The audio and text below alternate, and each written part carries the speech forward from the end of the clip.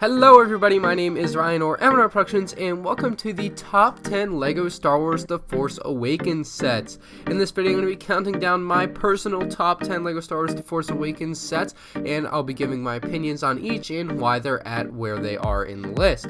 If you do enjoy, please remember to drop a like on the video down below. If we could hit 200 likes, that would be absolutely stellar, and comment down below if you have anything to say on the order of my list or any of the sets in this video, or anything you just want to let me know in general. I'll be reading the comments. So, without further ado, let's go ahead and jump right on in with number 10.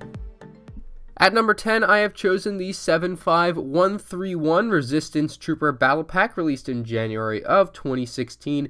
It cost $12.99 in the US. It had 112 pieces and 4 minifigs. Now, the reason this set is at number 10 is that it does have some cool minifigures, and I really do like the speeder design. I think the speeder design in this set is absolutely amazing. I think it's a great speeder. It's got a turret on top, it's got a seat down in the middle area of it, and it allows 2 troopers to sit on it or stand on it in the back, and in general just has a cool and very sleek, unique looking design. It's kind of like a small Naboo flash speeder. The minifigures, however, are really cool. They have the Resistance Trooper with a tan jacket, Resistance Trooper with a dark jacket, a tan jacket with a frown, and a officer. So the officer has a headset piece, which is kind of really cool. They all have the same helmet except for the officer, so they do have a cool new helmet mold and design, and all the helmets have the yellow tinted visor piece inside of it, which is really cool. At number 9, I have the 75099 Rey's Speeder, released in September of 2015 for $20 US, 193 pieces and 2 pretty cool minifigs. We have Rey herself and then Unkar's Thug. The speeder is a pretty neat design with a few cool features, like the side hatches being able to open up, allowing for additional storage and kind of like extra things inside. And then also on the side of the speeder, you have some cool things like a saw and a staff for Rey that can be clipped on, and lots of accessories included in this set, as well as Rey's kind of speeder hat that she can wear while she's riding the speeder, so that the sand doesn't fly up in her face and, you know, really do some damage, which is kind of cool. And then we get kind of a throw-in minifigure with Unkar's Thug, which is kind of nice. I like that they have something to chase after Rey and make this set a little bit more interesting, but it's pretty cool in general. Again, the shape, I think, of the ship looks really cool. I think they did a good job with the design. The stickers add to it, in my opinion, so a pretty cool set all in all. Up next, at number 8, I have chosen the 75180 Rathtar Escape, just recently released in June of 2017. It has 836 pieces for $80. There are 5 regular minifigures included, along with 2 pretty cool Rathtars, which I think have a pretty neat design to them. I think they actually do look really cool, and I think, I mean, obviously it's hard to get such an animal accurate to the movie, but I think they have the ability to fit the minifigure inside their mouth, which I think is a nice feature as well. Han Solo, Chewie, the Guavian security guards, and Balatik are really nice minifigures as well. I really like the Han and Chewie, of course, classics, as well as the Guavian security guards, and Balatik is a very cool minifigure as well. He has an awesome print all around him, so I really like the minifigs in this set.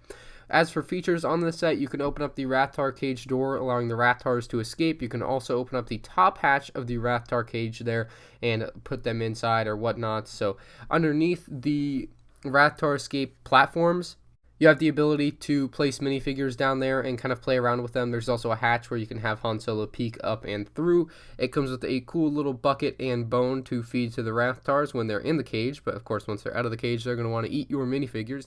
In all, it's a pretty cool set. The other door also opens up, so you have a lot of options with this set. It can be moved around, so you can have it with different orientations. What I mean is this set is built in 3 sections, and you're able to move them around and have it kind of reorganized however you want. You can add more of the same set. If you buy like a second one of these sets, you can add more to it, making it even cooler, but then it gets kind of expensive, which is a reason why you shouldn't. So with that being said, let's go ahead and move on to number 7. At number 7, we have the 75101 First Order Special Forces TIE Fighter. This is a really cool TIE Fighter, although coming in at $70, it is really expensive for just 517 pieces. I think it could have been $60 and would have sold better. I got a bunch of them when they were on clearance for $35 at my local Walmart, and I was very happy with that purchase. So compared to $70, you can get it on sale a lot, so it's a lot better. But it comes with 4 minifigures. You get 2 TIE pilots, a First Order officer and a First Order crew member. So pretty nice minifigure selection. I really love the First Order TIE pilots. I think they are the best minifigures really from the First Order line, of course barring the First Order stormtroopers, but these pilots are very good and very detailed, and I love the little tube that comes out of the helmet and connects with the torso. Other than that, it's just a really solid build all around. The coloring on it works really well. It doesn't really fall apart at all. The only issues it really has is that sometimes you don't clip in the wings all the way and they will fall off, but other than that, it really does stay together well. It has a really nice design and is very playable with your X-Wings and stuff from The Force Awakens, so a very nice set indeed. Although it is a little high in price, it's still very cool and one that is a must-have for any fan of The Force Awakens, honestly. Coming in at number 6, we have the 75103 First Order Transporter. This is another slightly overpriced set in my opinion, with 792 pieces for $90. I think it, again, would have sold better for $10 less, but I still think it's a really awesome set that you should get. The minifigures include Captain Phasma, 2 First Order Stormtroopers, 2 First Order Flame Troopers, a Resistance Soldier female, and a male Resistance Soldier. So the other issue I have with this set is that Captain Phasma is not chrome. Captain Phasma is like a dull gray, and that's a little bit of an issue here. I think this set would have done better if it had some cooler looking minifigs. I mean, the minifigs are really cool, but I think Captain Phasma could have been flashier, maybe with a limited edition edition set. Captain Phasma could have been chrome, but unfortunately they went this route, and you know, I like the set. It's got really cool features. You can put the minifigures in the cockpit area. You can have them in a little gunning station where you can open up that little hatch. The design is very compact, very well built, very strong. The engine area in the back looks cool. It's really reminiscent of a U-boat from World War II, a lot of people say. You can open up the top area and put minifigures inside and then allow them to exit through the little hatch that drops down like a walkway. And that's really cool. You can fit all 4 of your stormtroopers included in this set in the main area. I think you can fit up to like 6 minifigures inside of the set, so that's kind of cool.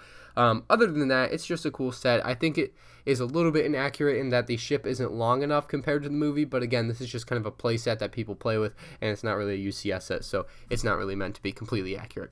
Speaking of not really meant to be completely accurate, at number 5 we have the 75104 Kylo Ren's command shuttle, which, as a lot of people will point out, it is in completely the wrong color. Now, I put it, you're probably wondering, if it's completely inaccurate, why is it at number 5? Well, I still think that despite the coloring issues, I think it's actually an awesome Lego set. I think it's got a lot of cool features, and in general, it's just a really great design, really looks good. It's got 1,005 pieces for $120 with 6 minifigs, being Kylo Ren, a First Order crew member, General Hux, a First Order Stormtrooper officer, a First Order officer female, and a First Order crew member. The set has some pretty cool features like the ability for the wings to move up and down depending on when it's landing and flying, so that's really awesome. You can see kind of the transitional modes here. The cockpit does open up, allowing you to put Kylo Ren and some of General Hux and the First Order crew members in there. There is quite a bit of space in there. You can also store Kylo Ren's lightsaber in there in the back, as well as the engines looking pretty cool. I think it just has a great design. It's very menacing looking despite it not being all black like it's supposed to be. So even though it's a little bit inaccurate, it's still a really cool set and definitely worth picking up if you can find it, even at retail price. I know it's a lot cheaper nowadays, but when I got it back in September 2015 when it came out, I thought it was really cool, even for $120, even if that sounds a little bit pricey. Coming in at number 4, we have the 75166 First Order Transport Speeder Battle Pack. It has 4 minifigures, being 2 regular First Order Stormtroopers, then you have a First Order Officer, and then a Flame Trooper. One of the First Order Stormtroopers is supposed to be like TR-8R. He's got his little weapon in his shield, so the shield is printed on a little bit. There are 2 shields included with the set, which is kind of cool. Then you get another regular First Order Stormtrooper, as well as that blue First Order Officer, which looks pretty cool, and then the Flame Trooper, which is really awesome to receive in a battle pack. The speeder design is quite different than a lot of the other speeders we've received in past battle packs from any of the Star Wars eras, and I think it looks really, really cool. It's got a nice design to it. I think it's got some cool parts in there as well, even though they're all really small. Unfortunately, it does include a lot of stud shooters, although the Flame Trooper does have his Flame Trooper gun, which is nice to see as well, instead of them giving him a stud shooter with a flame on it, which would have been kind of lame. For $15, 117 pieces, and 4 really awesome minifigures, you just can't beat it, and I really, really like this battle pack. It's easily the best Force Awakens battle pack for me. These next two on the list are really interchangeable for me, but I went ahead and decided that at number 3 we'd have the 75149 Resistance X-Wing Fighter, and this is the regular X-Wing without any special designation to its name. It's got Lorsan Tekka, Poe Dameron, and a First Order Stormtrooper, Flame Trooper, my bad. And of course BB-8 to round it out. So pretty nice minifigs, pretty nice selection here. It's got a bunch of spring-loaded missiles on there on the wings, and the little addition to the side that you can have knocked down by the Flame Trooper is pretty cool as well with Lorsan Tekka. It's a nice little addition, and then it's got, of course, also a shovel, a wrench, and a fire extinguisher. The design of this Resistance X-Wing is going to be the same as Poe Dameron's X-Wing, which is upcoming, and I think it looks really awesome. I think it's got a great design. I really do like the coloring on it, so I think the coloring on both the X-Wings is really cool. So speaking of both the X-Wings, number 2 is going to be the 75102 Poe Dameron's X-Wing. And with this X-Wing, you get the really cool Poe Dameron pilot version minifig. You get a Resistance X-Wing pilot, and then you get a Resistance ground crew member. So a pretty nice selection there, as well as some nice little accessories to go with the set and BB-8. Again, the set looks really cool. It has a really sleek coloring to it. The coloring scheme, again, on both the sets at number 3 and here at number 2 is really, really good. I love the orange and black. I think it looks really, really sleek, and it's really awesome. You can put BB-8 up top into the ship, as well as Poe Dameron in the pilot seat. Unfortunately, it doesn't fit both pilots, so it's a little bit confusing to me why they include 2 pilots, but they do. So other than that, that is it at number 2. Both sets were $80, this one including 717 pieces, and the previous one, the Resistance X-Wing, including 740 pieces. So both for $80, both for around the same piece count. They're both interchangeable for me. I think both could have been number 2 or number 3. It just comes down to personal opinion on the coloring of the ships. And last but not least, at number 1, we have the 75105 Millennium Falcon. This set included 1,329 pieces, 7 minifigs, and retailed for $150 US. It's got Han Solo, Chewbacca, Finn, Rey, as well as Tasu Leech and Kanju Club gang member. And it's a really, really cool set. It's the Millennium Falcon, of course, from Star Wars The Force Awakens, so the coloring is a bit different than we are used to, but it still looks super, super cool. It's got the nice printed windshield piece on the left there. It's got great landing gear, very steady. The interior of the ship is absolutely awesome. It's got lots of features, lots of little details on the inside that you just don't get with a lot of these smaller sets. The turret on top of the Falcon can rotate, and you can have a minifigure in there to man it, which is really cool. You can fit 2 or 3 minifigs in the cockpit, as well as have the little pathway open up to the bottom, to the ground, to allow minifigs to move in and out of the Falcon through the proper entrance and exit. In general, it's just a really sweet design and is a great display piece. Even for $150, it still looks absolutely stellar. Obviously, it doesn't compare to the UCS one, but if you want a Millennium Falcon for a regular cheap kind of price compared to the UCS size, this is a great display piece. It still looks great. It still looks really really finished, I guess is a good way to put it. So with that being said, guys, that is all for my top 10 LEGO Star Wars Force Awakens sets. If you did enjoy, please drop a like down below. Comment down below if you have anything to say about my list or the video or anything in general about LEGO Star Wars Force Awakens sets. And if you did enjoy, make sure you subscribe if you haven't already, so much more of my future LEGO videos. Check out one of these 2 videos if you haven't seen them yet. Thank you all for watching, and I'll see you on the next one. Peace out.